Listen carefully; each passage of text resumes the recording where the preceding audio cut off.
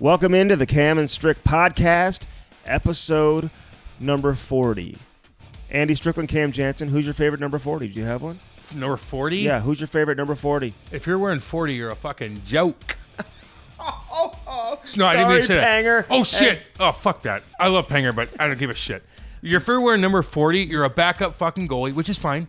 I was a backup tough guy. I get that. But if you're wearing number 40, you're probably not relevant in sports. Really? Yes. I think that's a terrible You take. brought this up. That's a terrible Okay, take. name me a good number 40. Max Lapierre. Who? Max Lapierre. Who's that? You never heard of Max? Did he play in the NHL yet?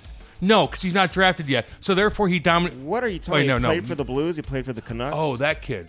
Yeah, I barely. Okay, he's a good guy. I think he's he was not that number good. 40. He's a good guy. I thought you meant to Carter Hutton, I think, was number 40. Fine. Okay, you're a backup goalie. I love you, Carts. Lapierre, actually the kid that played. I can't believe you don't know who he is. Stop. I was in Nottingham. I didn't give a fuck about the Blues then. Here's the deal. He played with Otter on the fourth line, and he was a pest. That's cool, but you're not a number 40. I didn't even know. If you're wearing number 40, you're probably not that good. Oh, my God. I should have worn number 40. Andy, you should have worn number 41, which is even worse. Number 55, terrible It's a badass number. Get on with yourself. Terrible hockey That's number. a linebacker number, which doesn't make sense to linebacker. hockey. No, I looked big in that number, and it fit my back was big, and so it had 5, which is a big number, and then the other 5, which is a big number, and my back was really big, so I looked good with the number, although I didn't do much with it. I'm trying to think about who else wore number 40. Yeah, go ahead, look in your fucking phone while I'm trying to get back to you, and you're looking at your phone to try to correct me. Sean Kemp. Cool. Bill Lambier. That's cool. You now know who Bill Lambier is. Lambert? Lambier. He played for the Pistons. You watched the Michael Jordan The thing. big boy? Oh, the big white boy. Yes. Yeah, I like him. He would throw him. Yeah, that's basketball. Name me a number 40 hockey player that's really, really good. I'm just not thinking, man. Why'd you even bring that up so I look like a dick saying that no one's cool that wore number 40? Well, I didn't know you were going to say that. I had no idea where you were going to go with You fucking name me that. a number 40 that's fucking relevant. This is episode number 40 is what it is. Oh, is that why you brought it up? Yes. Oh, my B, baby. Yeah, that's a big deal. It's You number brought 40. Panger. I know you're listening, homie. I love you. If you're number 40 as a broadcaster, then fucking right. But you were number 40 as a player, that doesn't count. Is that what you're trying to say? Yeah, he knows that. It's all good. I love him, Happy man. anniversary to you and your wife, by the way. Thank you, dude. We're leaving tomorrow. We might get freaky a little bit. It's weird because when you're in a relationship for 9 years, we just got married a year ago. What a lovely marriage. Oh, my God. I brought just my family. We went to Herman right there in beautiful middle Missouri. We did our thing. Like, Kate and I are simple people. Have some Bloody Marys, baby. Give me some wine. I want to look over the Missouri River. At your No, it wedding? was a handful. It was my mom and dad and my brother and her That's family. it? That's it. I have way too many friends, Andy. If you haven't noticed yet, I have way too many friends. Do I invite all of them? Then the whole city comes, baby. Then it costs me money. I ain't doing that. So I go to Hermanhof. You're so we chill. cheap. You went to dinner the other night, and I said to you, "Did you Am I pay? cheap? Did you pay for dinner?" I'm cheap? Yes. You said I don't pay for anything. No, I don't. No, when I go to dinner with other people, they'll take care. They'll wait. Stop. I'm cheap. I would get a limo with all the boys before anybody hung out, and then the limo would sink and start sparking because I have too many people in there. So I'd buy another fucking limo from Harry's, and then all my rest of my Time buddies would out. Remember, I used to give you a free limo to my radio And you're show, telling me I'm fucking and that was cheap? it was my guy you hired. I don't even know if he charged you. So you're you were saying cheap. I'm cheap. Oh God, dude! I've spent millions of dollars not being cheap. Until you do that, Cheapest don't fucking teammate talk you to me. ever had? Who was it? Oh, that's a great question. Give me somebody There's who's a lot cheap. of cheap fucks, man. We'll name them. And I'll tell you this right now. All you listening right now. I did this with the hockey parents last episode. I'm going to do this with you guys. If you make good money and you brag about how fucking much money you bring in, right, Andy? I make this, I make that. And then you go to a restaurant and you're with your family or something and you don't pick the tab up and you're fucking cheap. Fuck you. You make good money and you fucking post it on Facebook or you post it on text messages and you don't take care of the boys and you're cheap. Fuck you. You're a joke. I don't like people like you. I want people that make money, that want to spend money. Cheap asses like you, fuck off. And I am cussing right now. Now you're getting all angry. No, I'm just letting you know. You said you were going to tone down the F-bombs, and you just have like 10. My bad. I'm sorry about all you guys listening in cars with family. My bad on that. But honestly, if you know somebody that's wealthy, My bad on that. All the people driving around with kids in their car. I know, no, and wives. I'm and sorry. Wives. We want the wives to listen. The kids, I don't really care until they get like 12. And if your kid can't hear fuck when he's 12, then I don't know what the fuck to tell you. Here's the point: if you know wealthy people, and they brag about their wealth, and then you go to a bar and they're not picking tabs up and shit, go fuck yourself. Okay.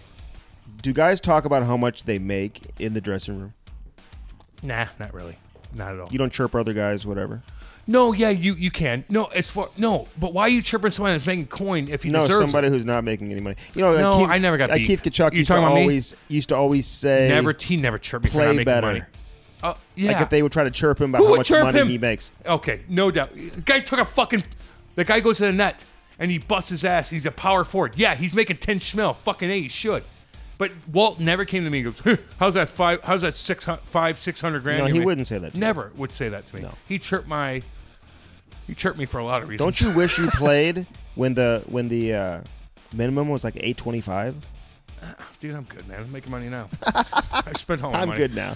We're good. You spent it all. Not at all, but I spent a ton of money, man. I did. I wasn't cheap like we're talking about here, and maybe I wasn't. It's fine to be frugal. Okay, There's a difference between frugal and cheap. Frugal is you're not buying the Lamborghini. Cheap is your little cousin's with you that's 17 years old and he's just working at Waterway and you're not picking his fucking tab out. You're a loser. Can I tell you you're this? a loser if you do that. You're a loser. I went to breakfast with. Okay. I gotta decide how to specific to like it's explain so this. Like, fucking explain it, Jesus Christ. He made a lot of money. I mean, millions and millions of dollars. I mean, well over 50 million. Okay. Yeah. Well over 70. Yeah. And I paid for breakfast. That's a joke. Hey, I told you, and I'm gonna chirp. I might chirp somebody right now. No, don't say who it was. Okay. If I told you that. Andy, we don't care about what you're saying. He's a screw your buddy, and we don't give a fuck. I'm talking about a guy that I played with. Who? That signed for $100 million. Oh, his name's Ilya Kovalchuk. No, he took care of everything. Sit down, son. He took care of everything. You played with somebody else that signed for $100 million? Yes. Parisi? He's got to be. It's the only other one. I remember. I'm not saying it's him. I'm not saying it's him. But I remember fighting Colton Orr one night because of somebody who's got $100 million in their pocket and knew they were making that $100 million. They might not have signed that yet, but they were making good money at the time, and they knew they were a big dog. And something happened. He got hit from behind. And I went and I fought Orr. It's my second fight of the night. I'm already fucked up. My head's already spinning, and it's fine. And I'll deal with it. It's fine. I loved it. No, by the way, this player made $100 million, but after he left Jersey, by the way. It doesn't matter. Okay. But I was feeling it. And I don't tell people that. And I don't even tell I didn't even tell the trainers when I was spinning, man. I didn't do it because I didn't give a shit. I should care, but I didn't at the time because I needed to. But I fought Courtney and he caught me hard again. So I doubled down on my head, man. I was banged up. We go to Toronto the next day. I come down from my room and I'm sitting with everybody and we're eating. And I just ordered this something. I wasn't even hungry because I was spinning still. And I remember sitting there and I didn't have my thing, but you could tell you're in your room, but it's an $8 meal and he didn't pick it up. And everybody's like, oh, were you expecting people to take care of you? No, I'm not. No, I take care of everybody everywhere I go, man. I spend money. So you're out with a bunch of teammates, guys. right? No. Just what, you guys get individual It was just me and him. Because you walk down to the lobby and you get your breakfast. Okay. And maybe it was an off day because we didn't have a team meal. And I was sitting down and he was the only one there and I sat next to him. Not that I wouldn't sit next to him if he wasn't the only one there. But it was an $8 tab. And I didn't have my wallet on me because I just came down, which I should have had. And that's what cheap people do too. I don't have my wallet. I get that. Gator arms. But he didn't pick up my $8 tab, and I'm spinning. And I think blood was coming out of my fucking ears at the time. And he didn't pick my tab up. I'm like, okay, cheap fuck. Oh my god! I mean, come still on. bothering you to this day. You gonna be okay? No. I think we need to get this player on. We just need to move past this. Andy, you maybe do this. talk about this. Andy, you would be that same fucking person. Who are you kidding? What? Saying, hey, I'm the richest guy. I'm gonna buy a yacht for my $8. Oh, I'm not picking that up. What do I got? On my wallet somewhere else. Sit down. Yeah, surprised he did that. I know, Andy. I'm not being a dick. I don't mean to be a dick, honestly, and I don't mean to be. But I think this is scarred you. This is a take care of the boys. That's stuck with you. It's an $8 tab. Just pick it up. I'll pay for it. It's fine. But fucker, pick it up for me. Like that's like I do. I don't know. Okay, let's move on. I didn't mean to bring up a touchy subject like that that still resonates with you if you want. 20 years later. Delete it if you want. We don't have to delete it. Okay. Keep it in. Keep it in. Thanks. Were you going to bring content in? Go ahead. No, so Brad May's coming on the show. Oh, yeah. And he didn't pick up my tab either. Probably didn't. I'm joking.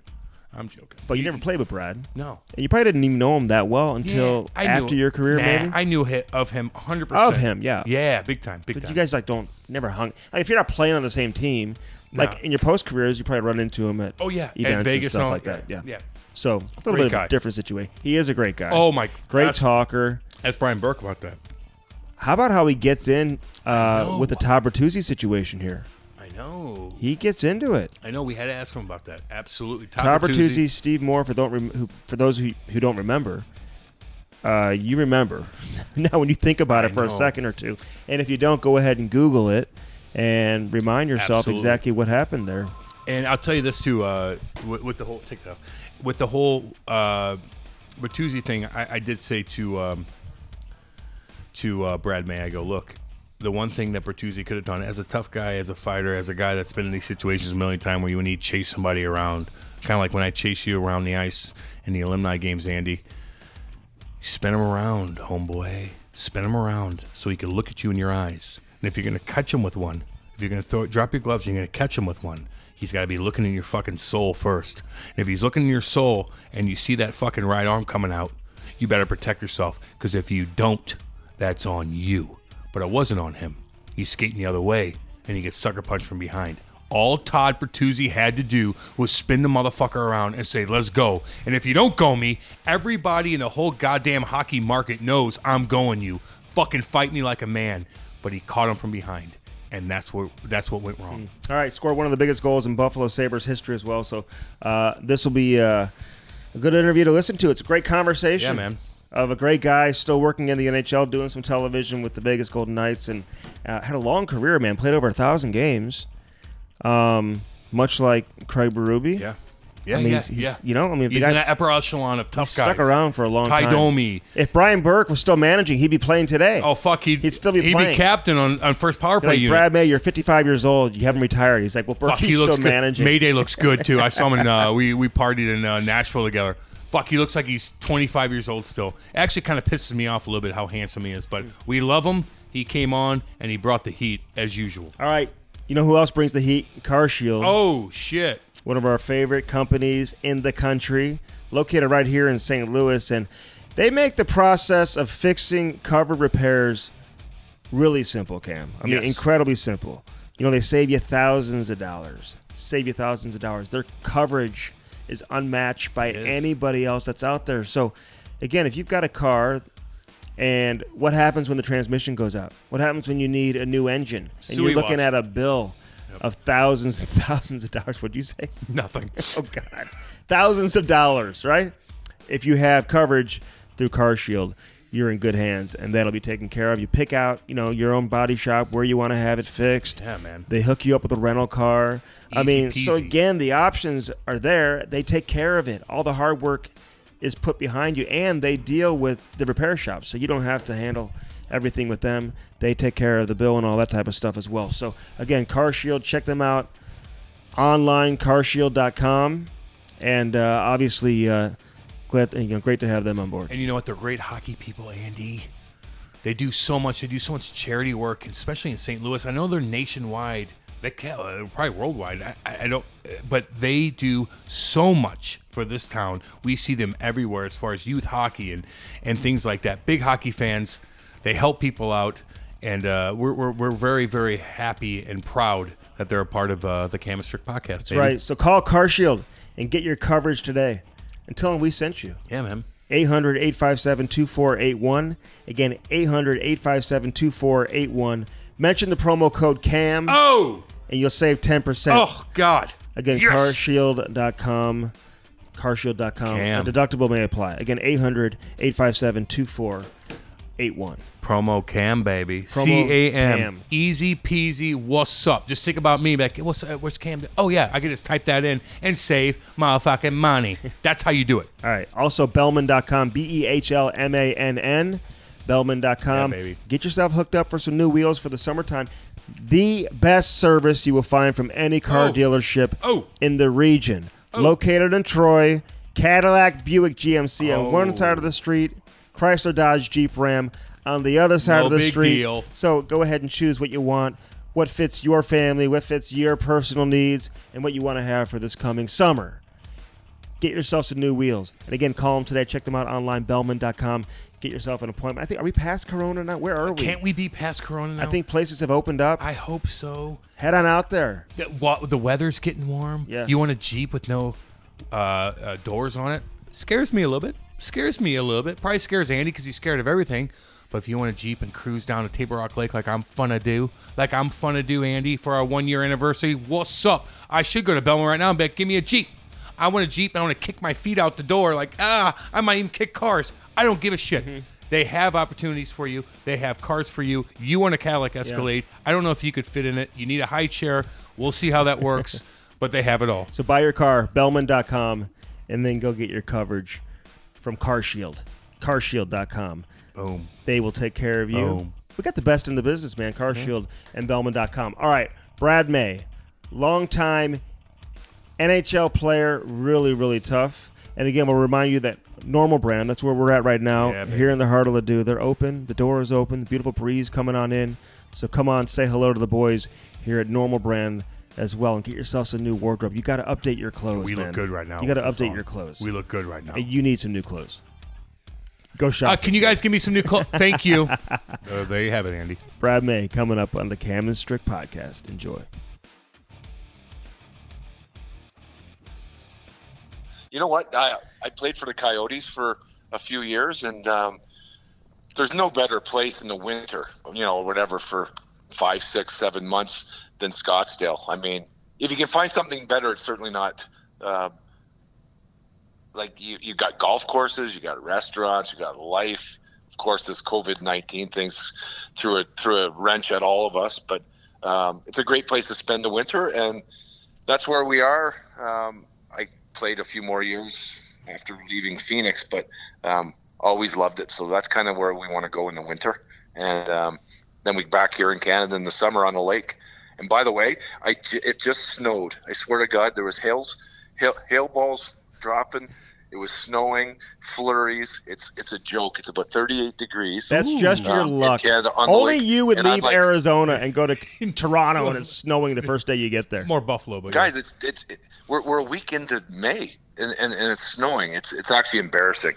I mean, I'm a proud Canadian, so are you, Cam. But tell you what a joke. Yeah, you're right. I am a proud Canadian from Eureka. I'm from Eureka, Missouri, Brad, baby. Don't give him any credibility. No. I'm already pissed at him. Eureka. Here's why I'm mad at you already. We hang out down in Nashville, and I look at him like, guys like you piss me off, matey. You know why? You still look like you're 25 years old. Your hair's perfect. You're still in shape. How the hell does that happen? A little gray, but damn it, you look great, man. Holy cow, you're still in your 20s. It's crazy. And you got nice places everywhere.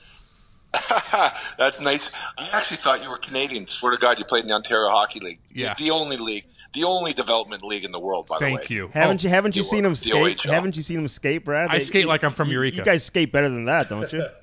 Hey, the one thing I can say, he can skate. I'm not going to get involved in this, but Cam Jansen can skate. Yes, he can. This guy can fly. He could hit.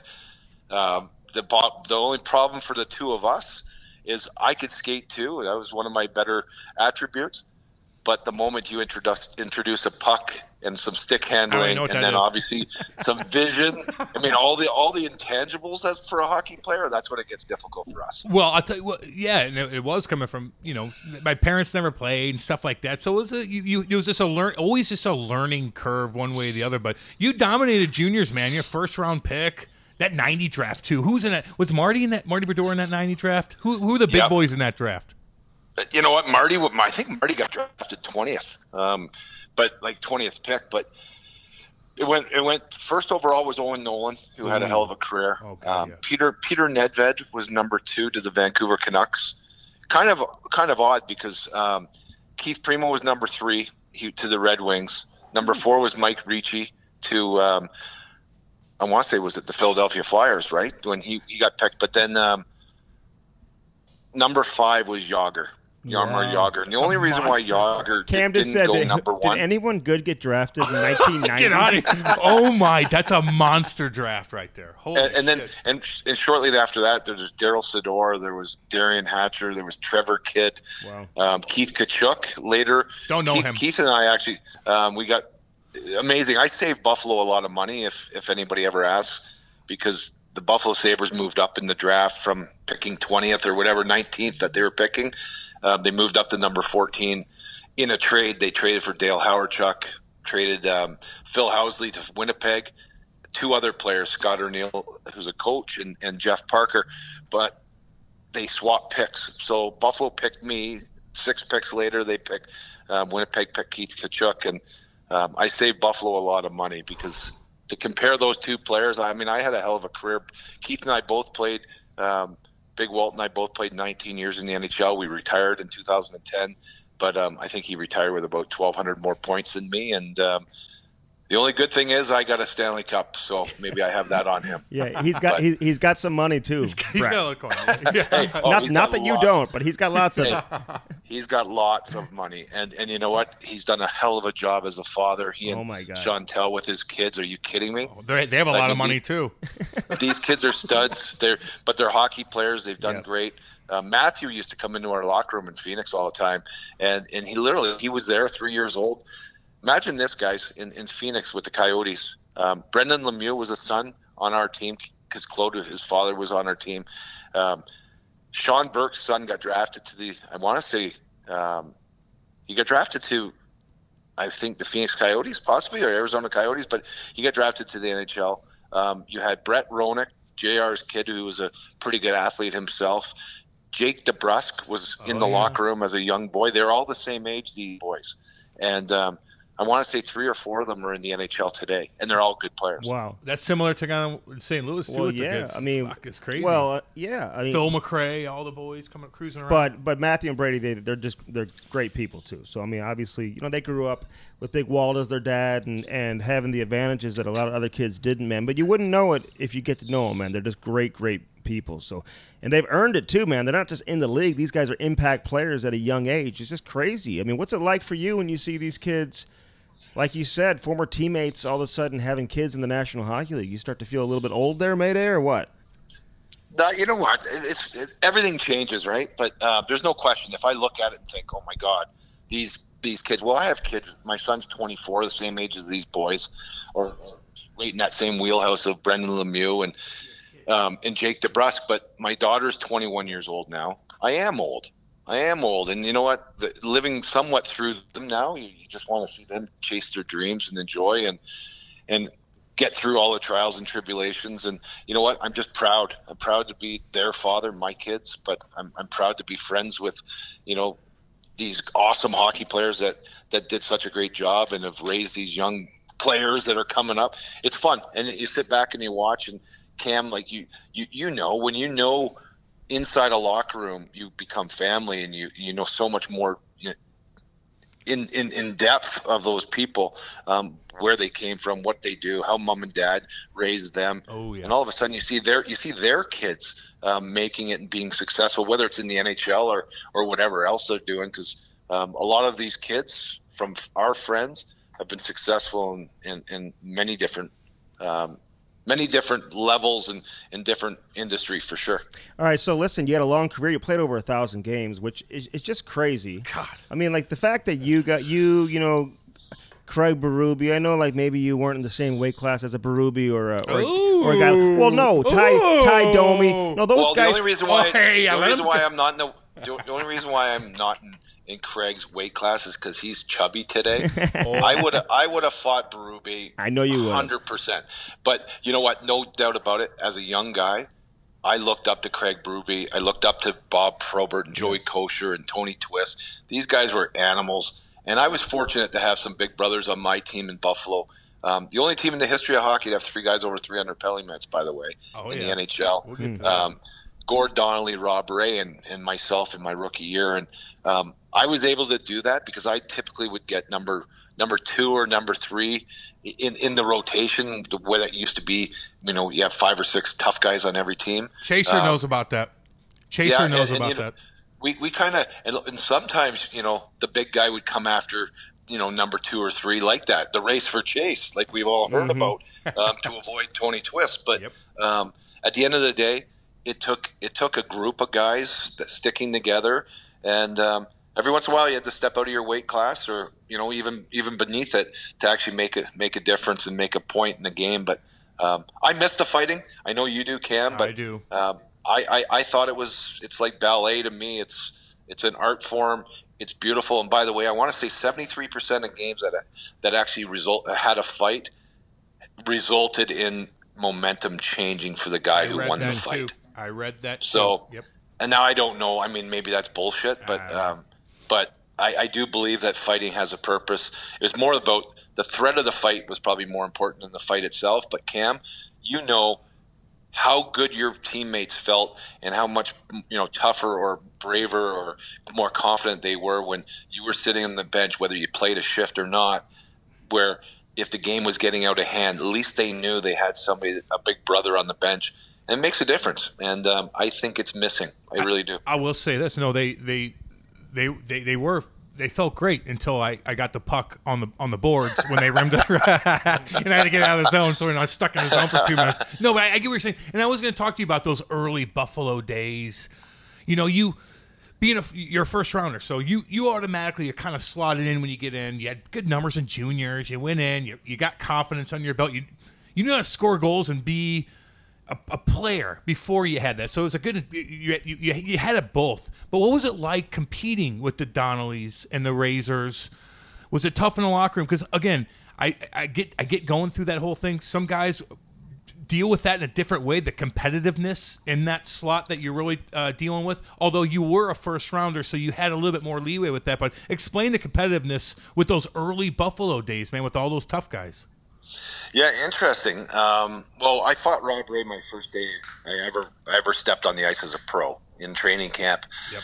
And I think, that's the way it used to be back then. Razor was, he was fighting for his position, and he knew a young guy was coming up that was, hungry and, somewhat of a wing nut. And I don't know if he searched me out or maybe it was me. I have no idea. I don't remember, as closely, but I can tell you that we maybe didn't like each other for the first couple weeks of training camp, but when I was actually, penciled in the opening lineup and whatever, Rob and I became really close friends, and because we were going to be running mates, we're teammates. As a young guy back then, and I'm not saying it doesn't happen now, but there was a lot of respect. First of all, I'd stay on the ice as a rookie, pick up all the pucks. I had to be first one. I was the last guy. I sat at the front of the bus. Oh. But you were the last guy off the bus because you had to wait for all the veterans to get their bags and pick up their key. And I mean, there was a lot of different unwritten rules on how to be a rookie in the NHL. And you just kind of sat there. You got your food last at the buffet and the pregame setup and all these things that we just figured out. I mean, there was no handbook for it. You didn't follow any kind of rules, but every team had it a little bit differently. But I had some great veterans in Buffalo: Pat LaFontaine, Dale Howardchuk, Dave Anderchuk, Colin Patterson, Randy Hilliard, Rick Vive, to name a few. Jay Wells, Dean Kennedy, all these guys that played in the NHL for 10, 12 years prior, they took me under their wing because, and I do believe, if I was a first-round pick and I could play, I would have got, a little bit of love for sure. But I went into, I went into the Boston Garden or the Chicago Stadium, fought for these guys with these guys. And all of a sudden you're 19 years old and they look at you a little bit differently, that you're a closer brother than maybe you otherwise could have been if you didn't have that in your repertoire to fight. So that helped me. But I had all the respect for the old guys, and it was definitely hard, because you're always number 3, maybe even number 4 or 5. There was Brad Miller, who had played a few years in the NHL or as a pro. And listen, you're coming in, you're a young guy. You played 10 games. You literally, it was all about games played, right? A guy would get called up from the minors with 500 games played in professional, and he'd bump you out of your seat that you've been sitting in for 2 months. It's just the way it used to be. The Cam Strick podcast is brought to you by CarShield. Nothing more frustrating, Cam, than when that engine light comes on and right off the bat, you're going to have to spend thousands of dollars to repair your vehicle. Call 800-857-2481. Mention the promo code CAM or visit carshield.com and use the code CAM to save 10%. That's carshield.com. A deductible may apply. Save yourself money. Sign up and get your coverage now with carshield.com. Now back to the interview. You know, okay, let me go back. By the way, listen, I'm not saying that you weren't tough, Brad. Oh, you're going back to that now. Because, you know, listen, you did fight a lot, but you were a first-round pick, a little different than those other guys. And, I mean, you scored some big goals. You scored well over 100 goals in your career, man. I mean, so I didn't look at you as just like a fighter. So, is that how you envision your role, though? Did you envision yourself as a fighter? Were you more like an energy guy, a pest? Like, how did you look at yourself as a player? You know, a good question. You know what? I was a good player. I probably should have. I don't know. You look back. I probably could have had better numbers. I believe that 100%. But maybe would I have played 19 years? Would I have had that maybe leeway to play in different roles? Or when I say leeway, somewhat of a chameleon. I played on the fourth line, and I loved it because I love fighting. I played on the third line because I could check. I think I look at myself as an energy guy. More so than saying that I was a tough guy or a goon or whatever words people would like to use. I mean, I was a competent player, but I definitely loved, and I still love, and the only thing I miss about hockey is fighting. I'm not a dinosaur. Like I recognize that the game has changed, and if you don't change or evolve, you die. I get that, but I just love the art of fighting. I love the reason why we fought. And I do believe maybe there was days I hated the anxiety that came with it, but with that, I love that. It got me focused. But I do think that I probably focused too much on it. And where games you'd show up, you think that you're going into St. Louis and Cam Jansen's or, Reed Lowe or, depending on what year it was, that they might, all of a sudden Cam Jansen hurt himself yesterday and he's not playing tonight. Or you don't know this stuff, so there's a lot of time that I'm a healthy Mayday. Or a healthy, or maybe you didn't sleep all night and I was a healthy scratch. I think a lot of wasted effort trying to read between the lines. Bottom line is just prepare properly and let the chips fall where they may. But maybe because we were both, and I couple you in with that, Cam, because you were always a gamer. If you weren't prepared, it would go the other way probably. Yeah. And you always had to be ready to go. And I think maybe the guys that score goals and score 40 goals, maybe they spent more time thinking about scoring goals. You know what I mean? Mm-hmm. But they had the skill set to go along with it. I think it goes both ways too, man. Sometimes when I was like overthinking it, I'm like, God, then I just overthink it. And I'm like, man, I should have threw more, or I should have switched at that time, or I just didn't. You worry about it a little too much, and sometimes when it's like, oh yeah, he's dressed, oh boy, here we go. Then you go have a good one, and then it's like, okay, I'm done. The mind games were tough, but man, after you're done doing that, you're like, God, you just feel like the man. When you're sitting in the box, you know you had a good one. People are going crazy. Take your gear off, whatever the case is. But yeah, that euphoric high is great. But you had probably the coolest celebration. I mean, it just was it will never not be talked about, kind of like the Patty Maroon thing that we all went through today, that Patty's been talked about all day with the Game 7 thing. It's like Theo Fleury going down his knees. Pablo Burry when Jeff Braun gave him Teemu Solani. Like, you're embedded in hockey history. Celebrations that we don't forget. But a lot of it with you had to do with the call, though, man. The call was unbelievable. Rick Jernett. That made the goal, right? Talk about that, dude. Talk about it. Well, you guys can keep talking about it if you'd like. Well, that's we're pumped up. We're pumped up, baby. You know it is. Listen, my nickname is Mayday. It's a pretty cool name to have. It's, if you will, it's my moniker. I don't know if it will be a brand, by the way, guys. Through this COVID-19 thing, I've actually started a company, and I'm going to come rolling out with different things, which stay tuned. But making like hand sanitizer, hook it up. Well, you know what? I don't know. I'm somewhat humble, and I never really got ahead of myself with it. But it's a great name, and it comes up every year on May 1st, May Day, and there's, I wore number 24 and number 27. It's Memorial Day weekend, May 24th in Canada, which is the same thing as Memorial Day weekend, just a weekend ahead of time. There's a lot of things I can do with that name, but it comes from 27 years ago. I scored in the playoffs against the Boston Bruins in overtime to knock out the best. Nobody cares, but it would be like the Columbus Blue Jackets sweeping the Tampa Bay Lightning last year. It was very much like that, and we did it in 4 games, 3 overtimes, and that call that Rick Jeanneret, he went into the Hall of Fame as a broadcaster with that call being played. We're tied together. Rick Jenneret's amazing. He's one of my favorite people, let alone one of the best broadcasters ever. And he had one call. It's a moment in time, guys. And 27 years ago, they still play it. They play it in the top 100 years, the top 100 moments in the NHL. It's still going. And you know what? I'm awfully proud. But again, it was just a moment in time, and everything passes. But my nickname stuck, and I love it. And you know what? When I run into guys, at different charity events, whatever, it's the first thing they say is, what they say is, but the name Mayday, it's cool. It makes me smile, but I definitely recognize that my buddies that were with me at the time, they're probably like, shove it up your ass, Brad, right? Like enough already. But it's who we are. It's awesome. Well, I scored a goal like that in one of the alumni games, and I started celebrating like you, but the boys chirped me the whole fucking night, so it didn't really work. But yeah, man, that was incredible. And Rick Jeanneret, by the way, will amplify even if you could sit there and hold on to a guy in a fight, he's going to make it like Tyson Holyfield when he bit his ear off. Like, he just amplifies everything with the way he, and announces the games and the fights. Man, what a great guy, and just very, very passionate.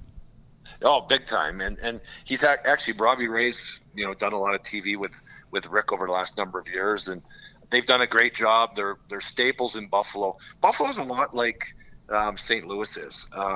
Smaller town, obviously with a lot of white collar business. Buffalo's got incredibly passionate fans. A city that, and maybe not so much St. Louis because you have 3 major teams there, but and you've now have championships, right? And I want to say every one of your professional teams, but in Buffalo they've come close, but they fall short, and the fan base sticks with them. Unbelievable people, and Jeanneret and Rob Ray are a huge part of that for the hockey fan for sure. But NFL football, the Bills, they're going to win the AFC East this year, by the way, guys. So you may as well put your money down if you're bettors. Hey, I'm with you, man. Bills. Listen, my entire family, they're all from Buffalo. That's the only place I ever went as a kid for vacation. was Buffalo. Oh, Buffalo again! Yay! Shout out to Williamsville, Buffalo, New York. Yeah, that's where we lived. That's where we lived in Williamsville. Yeah, it's where my grandparents, aunts, uncles, everybody.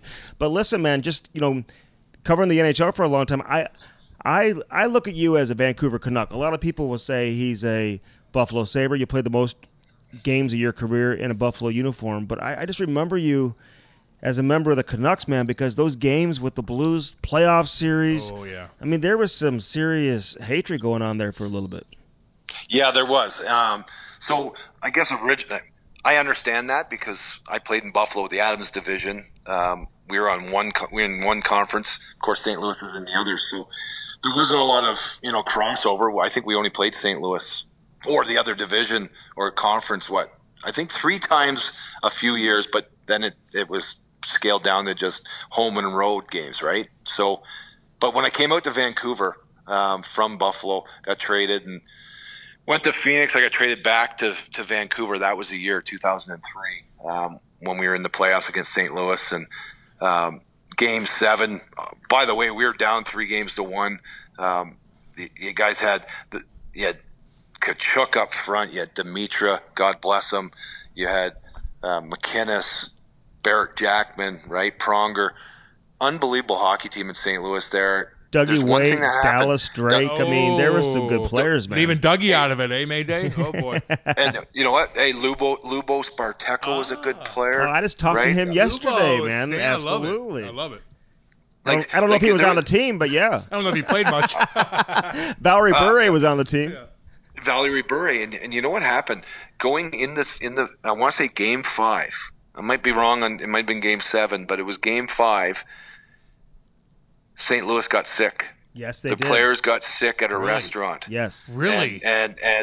And if you just think, well, and it kind of went viral through your locker room or their locker room, and all of a sudden we were down. We played a better game, maybe because of that, but we played a better game in Game 5. We went back to St. Louis, which, by the way, we flew into St. Louis the day that Mike Weir won the Masters, 2003, right? That Sunday. We played on the Monday in St. Louis. I'll never forget that because that was a huge moment for a Canadian, watching a Canadian golfer win the Masters. But we ended up, somehow we won that Game 6, which, by the way, is a hostile, environment for of course, the road team. And then we came home to Vancouver to win Game 7. We were very fortunate. I think that sickness, call it the flu, whatever you want, went through. But then the other thing, injuries, you get to the playoffs. Al McInnes got hurt in Game 1 or 2, and he tried to come back for Game 7. Yep. And that was one big thing for us was, Jarkko Ruutu, myself, Bertuzzi, was every chance you get, you hit Al McInnes. And by the way, he will not make it through the game. And that's the way you have to play. And if you don't have that mentality to win and to do that in the playoffs, you don't deserve to win, and you shouldn't expect to win. But when Al got hurt, and I feel bad saying that, but when he did get hurt and he didn't finish the game, we felt that was a huge emotional lift for our team in Vancouver. And guys in St. Louis would probably be like, oh my God, he did everything he possibly could to be back. There's so many, you just touched on so many different things. I don't even know where to begin here, Brad, because I covered that series. I was actually traveling with the team on the team playing, and I'll never forget guys coming up and down the aisle, getting IVs because they were sick. And rumor has it the Canucks or their fans got them sick, by the way. I don't know if it was coronavirus. Room service. It was pre-coronavirus. It was room service or restaurant, but they all came down with food poisoning. And you're right. When Al McInnes got hit, go ahead. If it was room service, the St. Louis Blues are cheap, right? go out for a nice dinner. Yeah. You know what? I don't know what happened. I know we've listen. Everybody thinks something like that. Hopefully, I'll tell you what. I'd kick the shit out of the guy who got St. Louis sick today if I found that out to be true. Okay, all right, that's fair.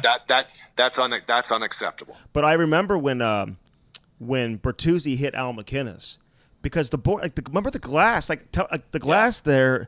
It was like seamless glass or something, wasn't it? Like it looked like it never moved when you got hit there. It was like a brick wall. That seamless, when the NHL went to seamless glass, thank goodness they made a difference and they went back to somewhat of the partitions.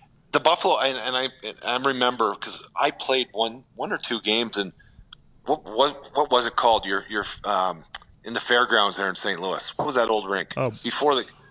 Before the Kiel Center came in, and of course, which is now the Zappa Center. What year did you come in the NHL, Jesus there, Christ, Brad? You play in the 50s, the 60s, or what? Been there since the 30s. 1991. That was the Checker Dome. Played in the arena, yeah. And the Checker Dome. So Buffalo, the Checker Dome, the Boston Garden, Chicago Stadium. When you hit somebody in the corner, the top of the glass would move up to 17 inches. The shake. So the shake of the glass and the sound of the glass, but literally the actual movement was 17 inches, I guess, maximum, right? When they put in that glass that of course with no partitions, and it was a seamless glass for a better viewing experience, that glass moved anywhere from 1.5 to 3 inches. Now imagine you get hit at half the speed from Todd Bertuzzi and Al McInnes, and something's got to give. Either the guy who is completely fired up and solid, the guy who's not, maybe taking the breath at the wrong time, he blows his sternum out, he dislocates his shoulder. I mean, broken ribs. That seamless glass was the worst thing that the NHL did. Terrible. I want to say Jackman got hurt with the same situation in the same building. Right? Yeah, he did. Yeah, down behind. I want to say it was our. I don't even know what you call it, but the end that we start in. And we played 2 periods, and that's where Barrett got hit on the right side of the net. And again, it was Bertuzzi. He was at that time I guess Lindros was still in the league playing, but he was the best power forward in the game at Oh, that for time. sure, for sure. And Chris Osgood was in net against Dan Cloutier, I think, man. So I remember that series like it was yesterday. So, all right, you just mentioned Bertuzzi. Tell me about this. The hit from Moore on Naslund in today's game. How many games is he getting? Interesting. So everybody wants to rail on Steve Moore for that hit. There's no question that hit. What would it be today? I don't even know because I don't know if there's any standard, right? It kind of bounces around, but I would say that it would be at least 4 games, maybe. I don't know how many 8-game, 12-game suspensions we've seen. Mm-hmm. It couldn't have been that many. It was a bad hit. Timing maybe wasn't right.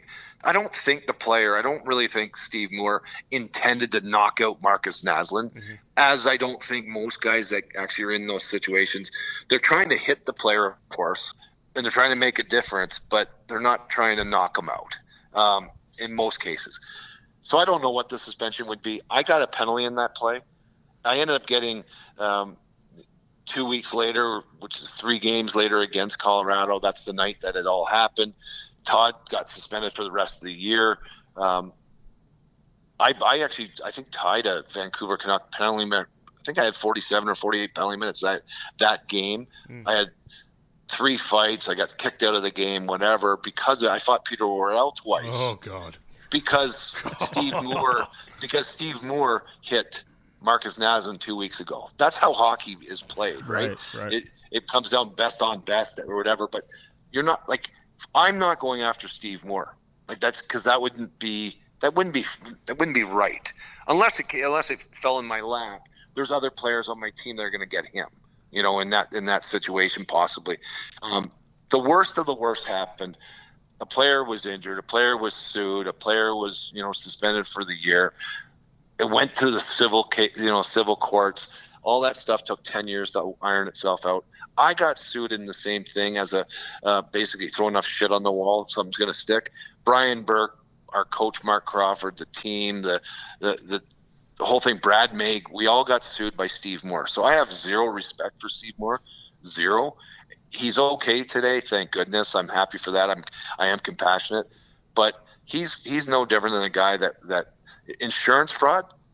This guy held out. He could have played again 100%.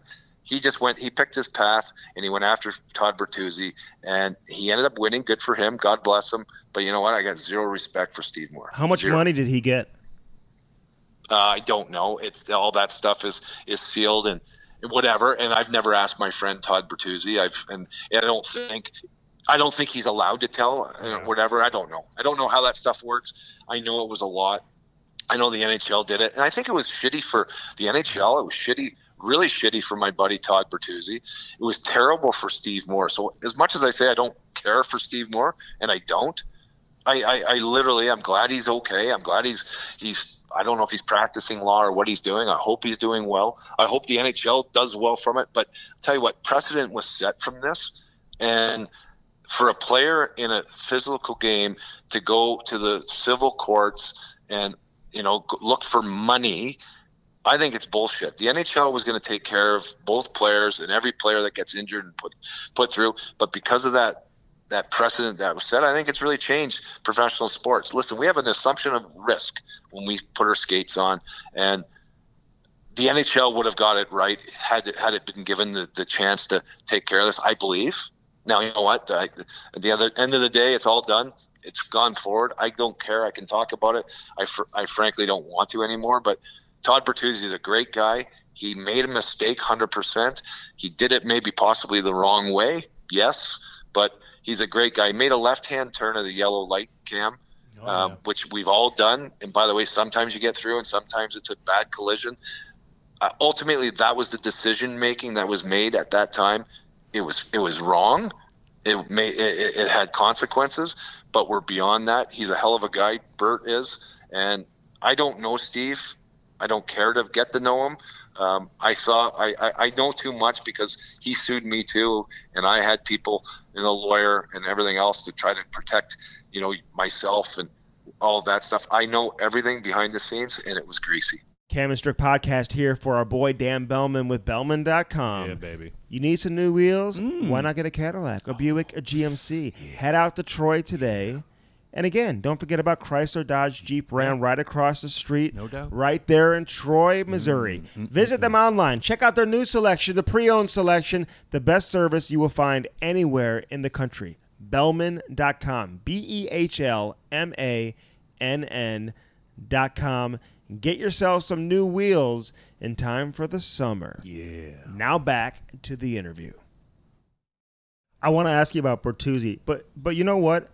I reminded myself today just reading about this, and I know you don't want to talk much about it, but the incident, and correct me if I'm wrong, between you guys and Colorado, that wasn't the first time you guys saw Steve Moore, right? Wasn't there a previous game, and Gary Bettman came to the game, and there was all this buildup?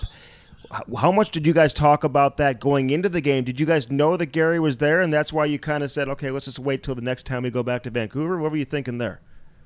Listen, I can tell you exactly what happened. We played in Colorado, I want to say 7 days later, whatever it was. We played in Colorado. It was a 5-5 game. Might have been the best game. And that was a year, by the way, that might have been the best game of the season. That was. I hope it was nationally televised. I mean, you had Hayduk and Forsberg, flying around. You had Sakic and Blake, bombing around with Colorado. Our team was loaded with some real solid players. You had the Sedins and the West Coast Express, which was Naslin Bertuzzi and Brendan Morrison. Anyways, we had two good teams.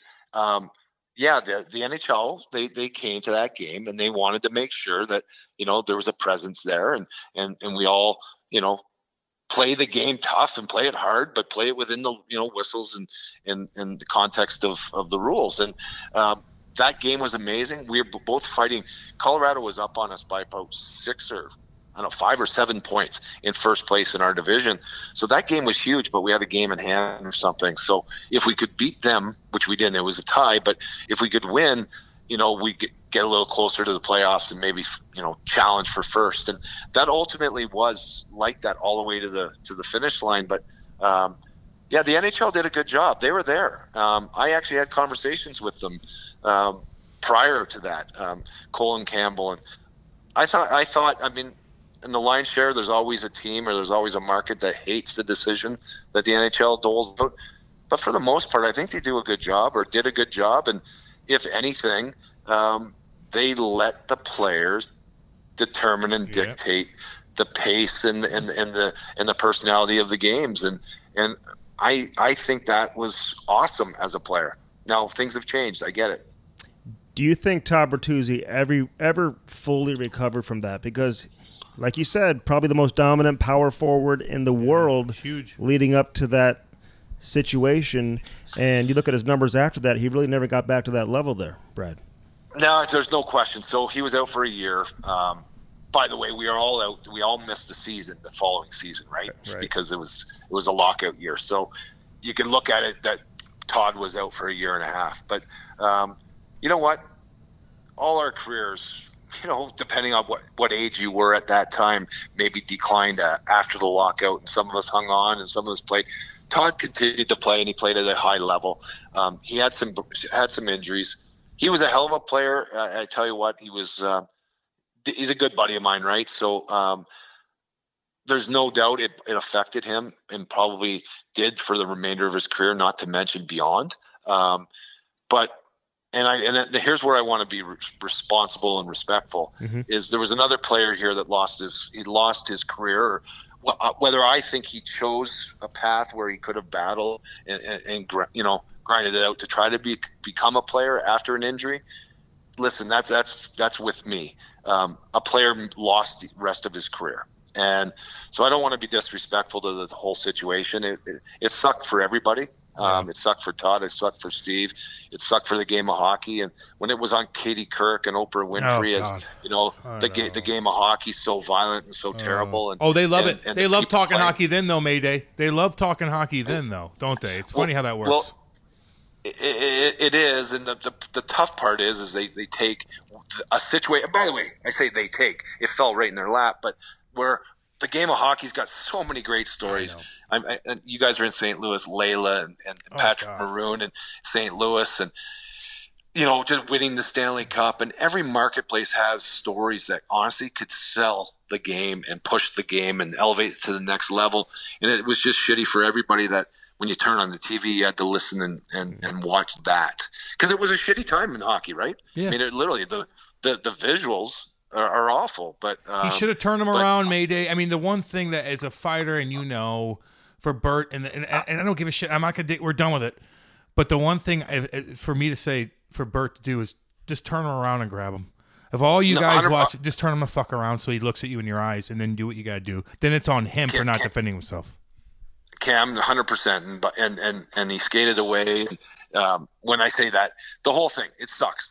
I had the puck going down the ice, guys. The worst part about this whole thing, for me, and I'm being a smartass right now. I know where you're going. You had a scoring chance? I know where you're going with this motherfucker. Guys, I scored 2 goals. We lost 9-2, but I scored 2.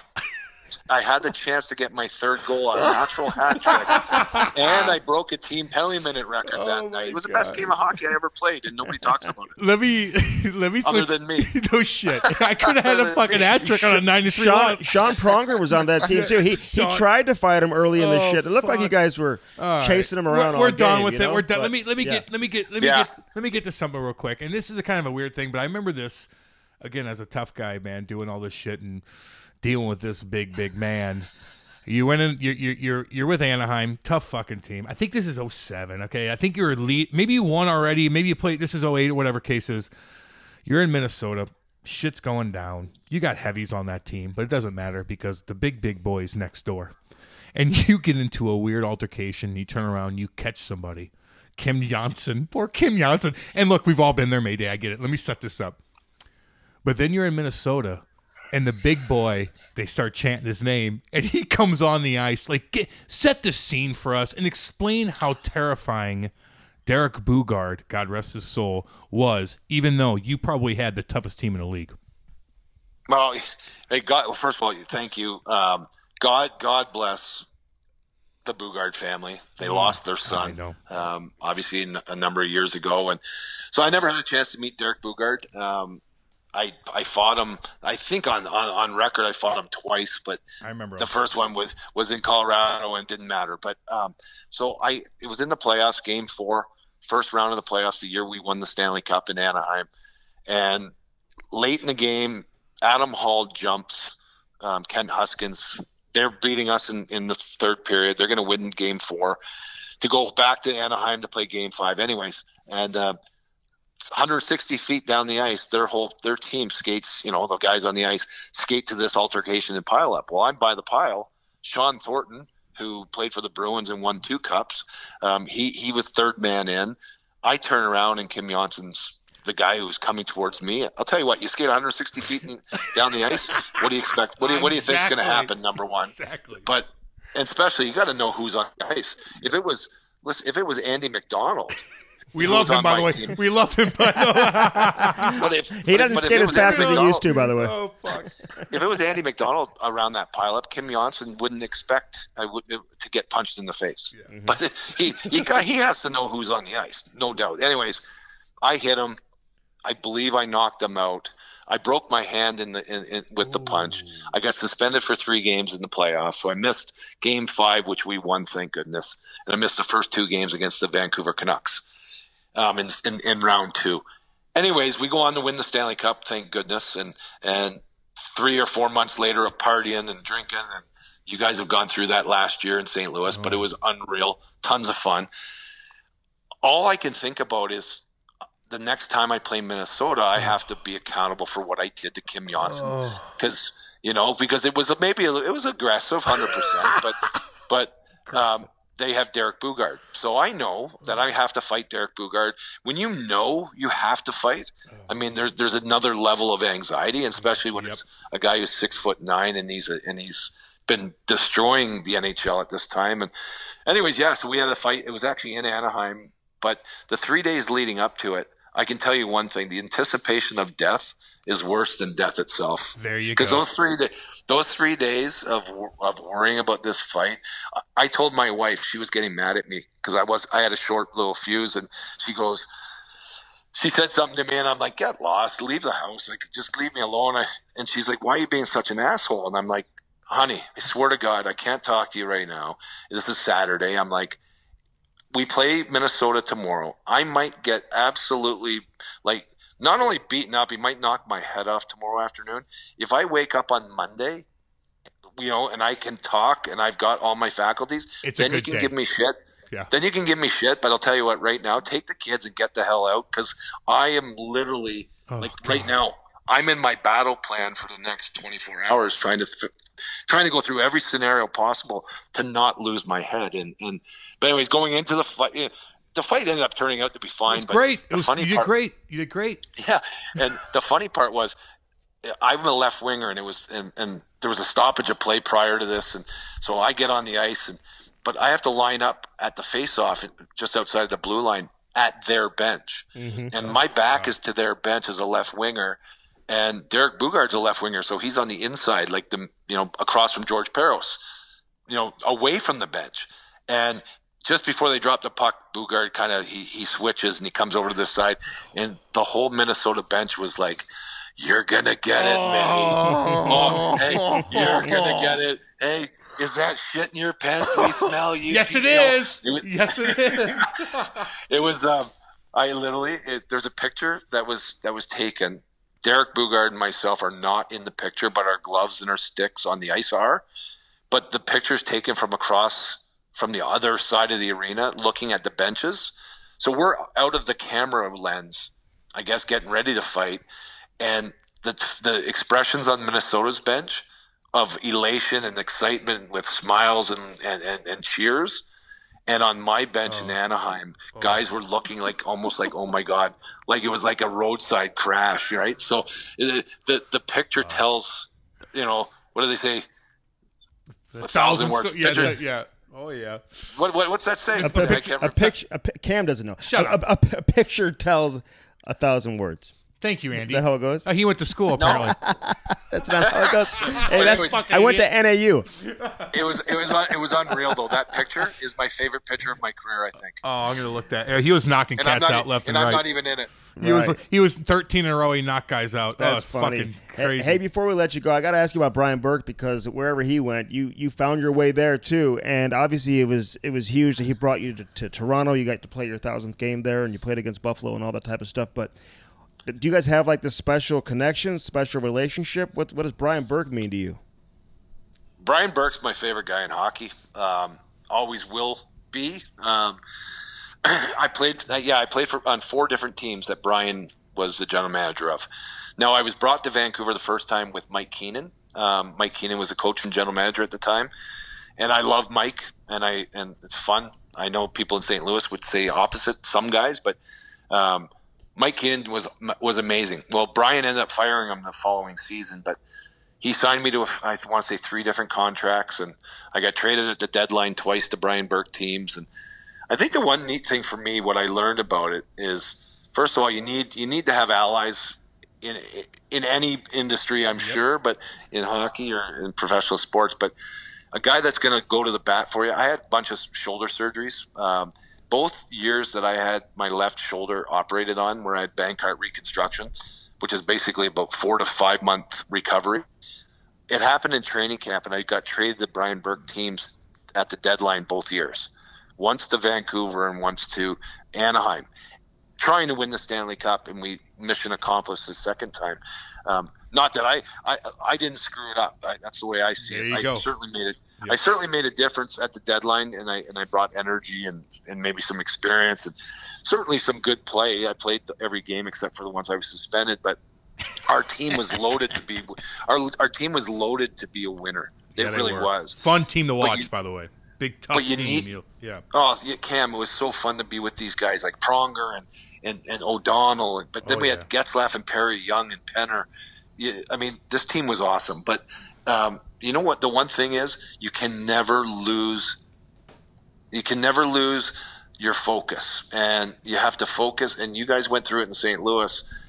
Unbelievable to have 30 guys or 25, however many guys end up playing, that focus for 2 months straight, it's so impossible to do, and that's why there's only one winner, and that's why good teams drop out early sometimes, because they don't have the focus, and it takes a special group of guys to bring it for 2 months. And Stanley Cup, the whole marathon to get there is, I don't know, is one of the hardest, one of the coolest. I don't even know if I enjoyed the process when we were doing it. Oh, it's but torture.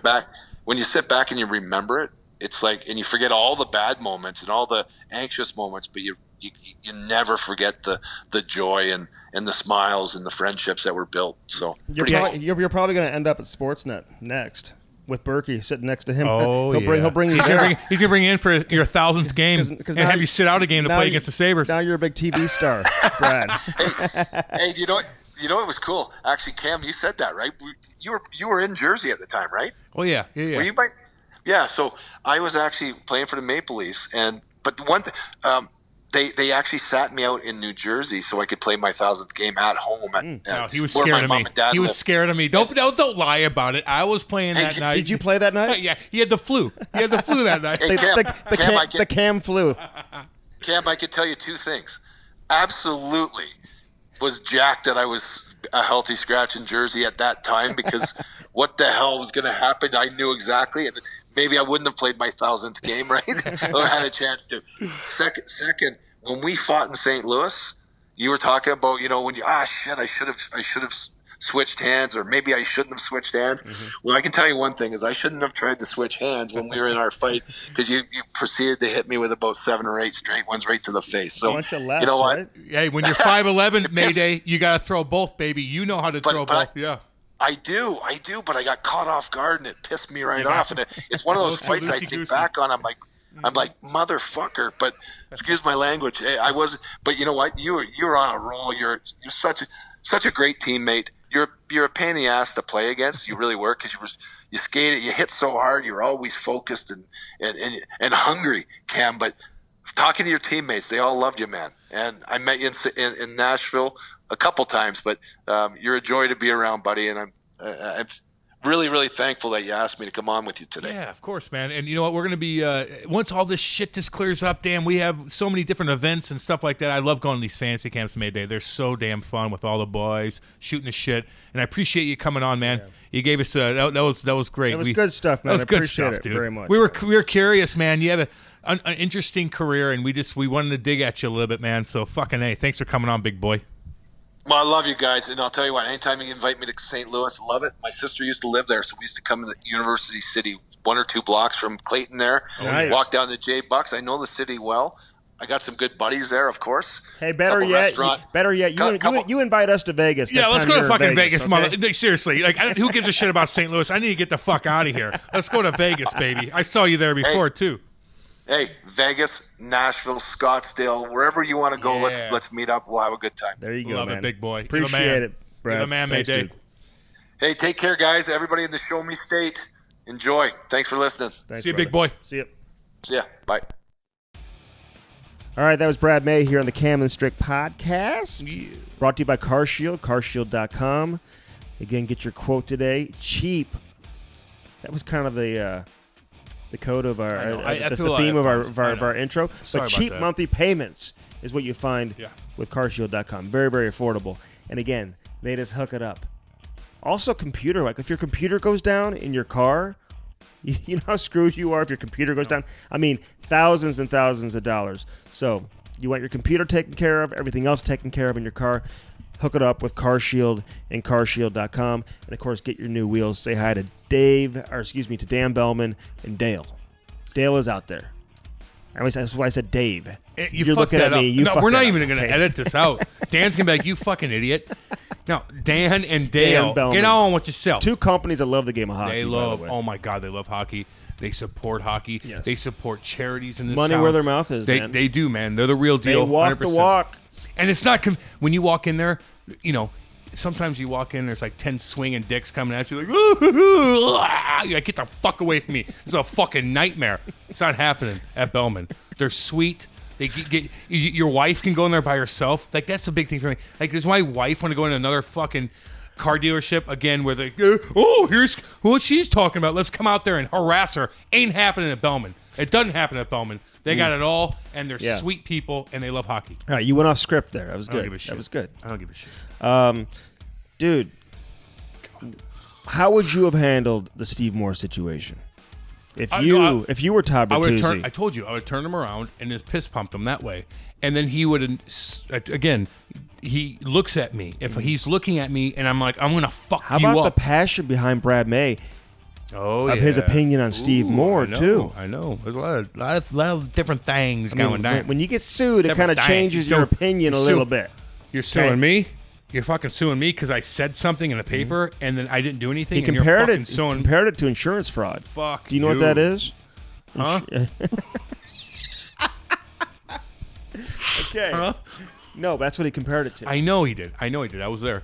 But I just think it's very, very bizarre. And and fucking Mayday's a class act, dude. Again, did I mention he was handsome? Yeah, he is. He still looks like he's I think you say that about every person we have on here. Well, why do you have how handsome? Great their hair is. I didn't say about Yarmo. Here's the deal. The point, we'll edit that out. But the point is, it was a very bizarre situation, and he's getting sued, and he didn't do anything in the process. So it's like, anyway, all right, tough stuff. What do you think of hockey coming back? Never heard of it. And all this talk now. The talk's been about 24 teams for quite some time. 12 teams from each conference. We've been hearing about this for so long now. Are you at the point now where you're more excited, or are you numb to the news because it changes so often? Great question. Numb to the news, man. 100%. Just let us know when hockey's back. Just like, we're working every single day on so many different things to where it's like, oh, hockey done. We're doing all this shit without even hockey going on. Like, we're doing all this shit without. So in my own personal mind, I'm like, I'm good. But once hockey goes on, like, you're gonna realize what you've missed out on. Mm-hmm. But right now, we're doing everything that we're supposed to do without having that in our life. And we're doing okay. So on a personal note, I'm like, hockey? Oh, yeah. But I need it back because you really realize what you're missing out on. Mm-hmm. Does that make sense? No, there's no doubt. I think everyone wants it back, but we don't have to reinvent the game. I think that's the difference. Talking on a personal level. People want to reinvent the sport because of, somebody made a comment to me today. I thought it made a lot of sense. As opposed to trying to figure out how we're going to play the game or how we're going to live, let's figure out how we're just going to live with it as opposed to trying to survive while it's here. Yeah. Does that make sense to you? Like, how do you determine the best way to play while the coronavirus exists, as opposed to trying to manufacture all these different rules and changes to the game to play with coronavirus in the air? Put you know a what I'm fucking saying? bubble on. Don't spit on each other. Scrums are going to be tightened up. How about just wash your hands? Take a Andy, shower. You're not going to wash your hands every time you have a fucking shift. But so who gives a fuck about that? I think if you focus on the space that you're in, dude, and that the players are in. Look. They're going to put these fucking things in place just to have their ass fucking backed up. No, it's about controlling. It's about controlling the environment that they're in. They're going to COVID each other no matter what. You're going to be next to each other. You're going to hit each other. You're going to touch each other. It doesn't matter if you're fucking 5 feet away on a face-off. But you're not hearing me. I'm just letting you know. If you want to implement that so everybody's fucking happy, 5 feet off on a face-off. Yes. That's what I'm talking about. Don't do. Who cares if they do it? Game. Oh, no, I get that. I'm saying control the environment that they're in, like the practice facility, the rink, the bus, the locker room. If they're going to have the sign-off, because they're 5 feet apart on a face-off, let it fucking be. What does that even mean? You're talking about the two guys that are taking the face-off, they're 5 feet apart? Yes. So my point is, if I'm the head guy, whoever the fuck that's at to making these decisions, which I don't really know. That's at. Who is it, Gary Bettman? Well, yeah. No, it's the CDC's telling them, but then he's telling that. My point is, it goes, so if they say, this is how we're going to have to do it. If you want to get hockey back going again, we need guys off the face-off to be farther apart. You're going to all have bubble shields on. You can't fight. You can't do this. Cam, did you watch the UFC fight? Yeah, I did. What are they doing? That's two people. This is not 24 against 24, homeboy. But they're touching 21 each other, like grabbing each other, like on top of each other. Yeah, something you would never do. You would never do UFC. I'm surprised you even watch it. I'm surprised you even know what it is. You would never do it. Hell no. You wouldn't do it. I wouldn't do it. People ask me that all the time. So don't overthink it. No, it's fine. But if they have to... I don't know what you're talking about. To get it signed 5 off. feet. to get the NHL signed off from the hierarchy, and they say, this is, in order for you guys to play, you need this and this and this. I'm going to be like, yeah, go ahead. 5 feet apart, bubble mask, fucking play. I'm watching, baby. No. That's what I'm saying. Why are you saying no to me? Because none of that stuff. That's what they said, though. No one said that. No one has said that. No one has said. I'm looking at my producer right now. I'm gonna fucking kill him. No one has said you're going to have to wear a fishbowl on your head That's to play. something that they threw. That was something they threw out, and that's why I'm bringing it up. Why would I? Find me. Maybe somebody suggested that. Yeah, that's what I mean. That was like part but of it. Didn't come from the league or like the Players Association. Are you the league? Then tell me no. what's going on You so I don't tell look like me. a jackass. Find me that. I don't know shit.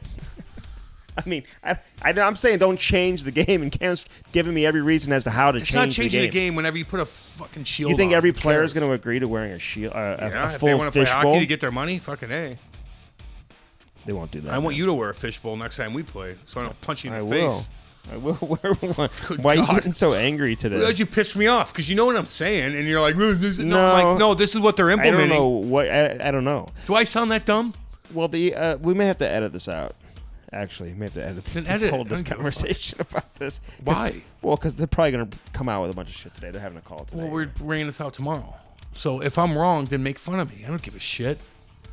Okay. I'm the one that's wrong. You're the one that corrected me. And I'm like, that's what I heard. And I'm like, who cares? Where did you hear this, though? You said this to me the other day, and I haven't seen it. People text me all the time, Andy. You know people I'm very, text you. very important. So like everybody texts me like, Cam, this is what's up, baby.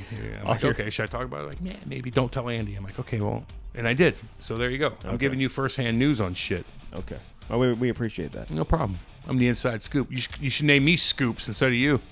Cam Scoops. False scoops. False scoops. I don't want scoops. I want Andy to be a part of that. I don't want to know the inside shit. I'm always wrong on everything anyway. All right, Brad May, man. Hope people enjoyed this. Again, at Cam Strick Pod on Twitter. Yeah, baby. At Cam Strick Pod on Instagram. And follow us, man. You want to be a part of our team? Feel free to reach out. Any suggestions? You have guest suggestions? Are you a former player that wants to come on? Hit us up. Yeah. Let us know. We've had that for sure. We've had that. We've had that. So Cam's very picky. I am. I'm very picky. If you didn't play like 1,000 games, he doesn't want you on. Is that true? No. No, it's not true. It's not. No, I am picky though, man. I got high standards. I got high standards. We do. We do. I just text people left and right, dude. You see my wife? I don't know how she handles you. Pimping ain't easy. I make her laugh. We just text guys left and right, actually. Cam doesn't, but I do. No, I don't. Somebody's got to do their part. But then you asked the other day, can I text that guy? What was that all about? Well, because I don't want to say who. Sometimes it's better for me to text guys than you. They're going to be like, I'm Andy Strick, and and they're like, what? What the fuck? And I'm like, hey, I'm Cam. They're like, hey, You're Cam, like, can I do it? That's what you said. He goes, I'm like, what does he want? Yeah, dude, go ahead. I didn't know you want to. Oh, Andy. Oh, I'll do anything for you. Shit. Hey. Who, Cam, what? Get on with yourself. Worked out okay. Get on with yourself. Worked out okay. It has. You've been pretty good with that. That's why I picked you. That's why I picked you to do the podcast with me. I picked you. Remember that, son? That's not the way it went down. The fuck it didn't. We'll talk about that next episode. All right. Okay? The Cam Strick podcast. Happy 40th anniversary. Or your first anniversary. It's our 40th episode.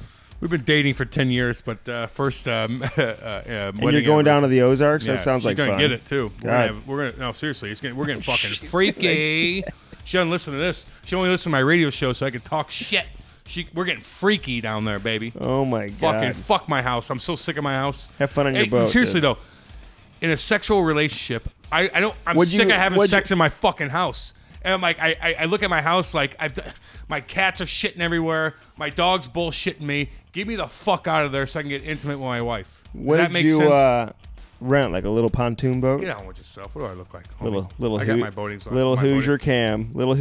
Be canoeing down the Merrimack River this weekend. Kate and I ain't sleeping for 3 days, and we're getting nasty. That's what we do. Okay, we got to go. Hey, that was fun. All right, we're at the Normal Brand, brought to you by Car Shield and Bellman.com. Go get yourself a new ride. For Cam Jansen, I'm Andy Strickland. Don't forget about COPE24. COPE24.com. COPE24. Changing our parenting experience. And our girl, Renee Howitt, man, just flat out getting it done. We love you, Renee. We love you, girl. We love you. And things are changing. What, dude? I don't know why Stop laughing at me. Why are you fucking laughing at me? We love you, Renee. We love you, Renee. And we hope to see you soon.